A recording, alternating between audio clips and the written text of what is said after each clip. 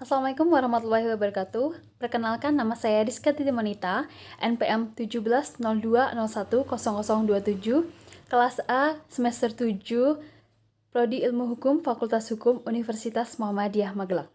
Di sini saya akan menyampaikan tentang landasan hukum penanganan cybercrime di Indonesia.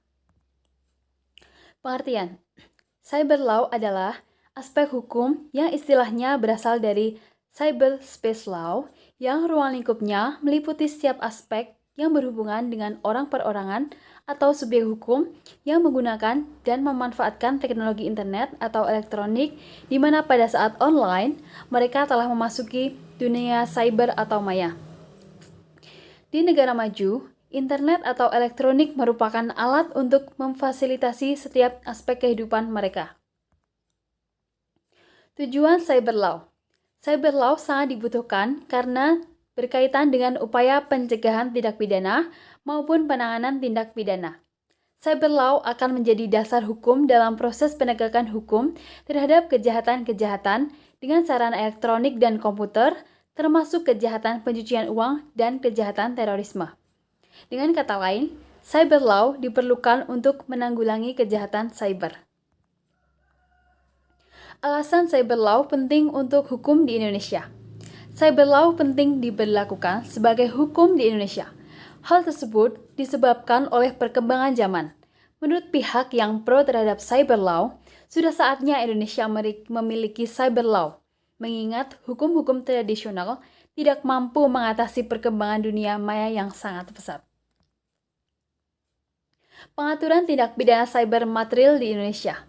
Berdasarkan instrumen PBB, maka pengaturan tindak pidana cyber ini di Indonesia juga dapat dilihat dalam arti luas dan arti sempit. Secara luas, tindak pidana cyber ialah semua tindak pidana yang menggunakan sarana atau dengan bantuan sistem elektronik. Itu artinya, semua tindak pidana konvensional dalam Kitab Undang-Undang Hukum Pidana atau yang sering disingkat KUHP, sepanjang dengan menggunakan bantuan atau sarana sistem elektronik seperti pembunuhan, perdagangan orang, dan termasuk dalam kategori tindak pidana cyber dalam arti luas. Demikian juga tindak pidana dalam Undang-Undang Nomor 3 Tahun 2011 tentang transfer dana, maupun tindak pidana perbankan serta tindak pidana pencucian uang dalam Undang-Undang Nomor 8 Tahun 2010 tentang pencegahan dan pemberantasan tindak pidana pencucian uang atau UU TPPO juga termasuk dalam kategori tindak pidana cyber dalam arti luas. Akan tetapi, dalam pengertian yang lebih sempit, pengaturan tindak pidana cyber diatur dalam Undang-Undang Nomor 11 Tahun 2008 tentang Informasi dan Transaksi Elektronik atau UU ITE, sebagaimana yang telah diubah oleh Undang-Undang Nomor 19 Tahun 2016 tentang perubahan atas Undang-Undang Nomor 11 Tahun 2008 tentang Informasi dan Transaksi Elektronik, sama halnya seperti Convention on Cybercrimes. Undang-Undang ITE juga tidak memberikan definisi mengenai cybercrimes, tetapi membaginya menjadi beberapa pengelompokan yang mengacu pada Convention on Cybercrimes. Tindak pidana yang berhubungan dengan aktivitas ilegal yaitu yang pertama, distribusi atau penyebaran, transmisi, dapat diaksesnya konten ilegal yang terdiri dari kesusilaan dalam pasal 27 ayat 1 UU ITE, perjudian pasal 27 ayat 2 UU ITE, penghinaan dan atau pencemaran nama baik pasal 27 ayat 3 UU ITE, pemerasan dan atau pengancaman pasal 27 ayat 4 UU ITE, berita bohong yang menyesatkan dan merugikan konsumen pasal 28 ayat 1 UU ITE, menimbulkan rasa kebencian berdasarkan sara pasal 28 ayat 2 UU ITE, mengirimkan informasi yang berisi ancaman kekerasan atau menakut-nakuti yang ditujukan secara pribadi pasal 29 UU ITE. Yang kedua, dengan cara apapun melakukan akses ilegal pasal 30 UU ITE. Yang ketiga, intervensi atau penyadapan ilegal terhadap informasi atau dokumen elektronik dan sistem elektronik pasal 31 UU 19 tahun 2016.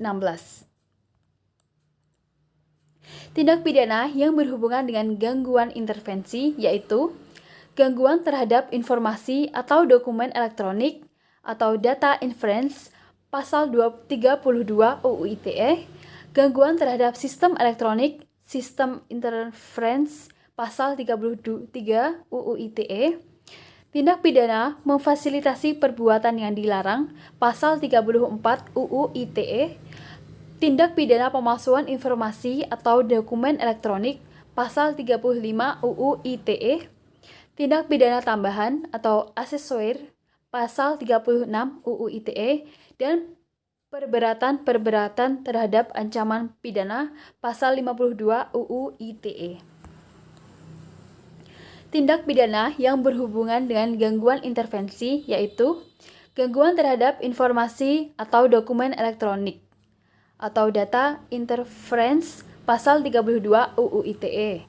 Yang kedua, gangguan terhadap sistem elektronik pasal 33 UU ITE, di mana ada tindak pidana memfasilitasi perbuatan yang dilarang pasal 34 UU ITE, tindak pidana pemalsuan informasi atau dokumen elektronik pasal 35 UU ITE, tindak pidana tambahan pasal 36 UU ITE, dan perberatan terhadap ancaman pidana pasal 52 UU ITE.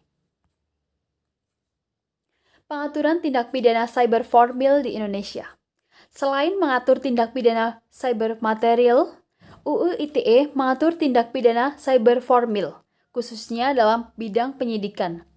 Pasal 42 UU ITE mengatur bahwa penyidikan terhadap tindak pidana dalam UU ITE dilakukan berdasarkan ketentuan dalam Undang-Undang Nomor 8 Tahun 1981 tentang Hukum Acara Pidana atau KUHP dan ketentuan dalam Undang-Undang ITE. Artinya, ketentuan penyidikan dalam KUHP tetap berlaku sepanjang tidak diatur dalam UU ITE.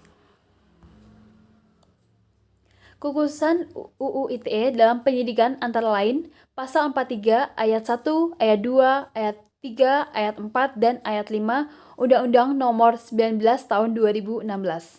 Yang pertama, penyidik yang menangani tindak pidana cyber ialah dari instansi kepolisian negara Indonesia atau pejabat pegawai negeri sipil atau PPNS, Kementerian Komunikasi dan Informatika. Penyidikan dilakukan dengan memperhatikan perlindungan terhadap privasi, kerahasiaan, kelancaran layanan publik, integritas data, atau keutuhan data. Yang ketiga, penggeledahan atau penyitaan terhadap sistem elektronik yang terkait dengan dugaan tindak pidana harus dilakukan sesuai dengan ketentuan hukum acara pidana. Yang keempat, dalam melakukan penggeledahan atau penyitaan sistem elektronik, penyidik wajib menjaga terpeliharanya kepentingan pelayanan umum. Ketentuan penyidikan dalam UU ITE dan perubahannya berlaku pula terhadap penyidikan tindak pidana cyber dalam arti luas. Sebagai contoh, dalam tindak pidana perpajakan, sebelumnya dilakukan penggeledahan atau penyitaan terhadap server bank, penyidik harus memperhatikan kelancaran layanan publik dan menjaga terpeliharanya kepentingan pelayanan umum sebagaimana diatur dalam UU ITE dan perubahannya. Apabila dengan mematikan server bank akan mengganggu pelayanan publik, tindakan tersebut tidak boleh dilakukan. Dasar hukum. Kitab Undang-Undang Hukum Pidana. Undang-Undang Nomor 8 Tahun 1981 tentang Hukum Acara Pidana. Undang-Undang Nomor 11 Tahun 2008 tentang Informasi dan Transaksi Elektronik sebagaimana yang telah diubah oleh Undang-Undang Nomor 19 Tahun 2016 tentang perubahan atas Undang-Undang Nomor 11 Tahun 2008 tentang Informasi dan Transaksi Elektronik. Undang-Undang Nomor 3 Tahun 2011 tentang transfer dana.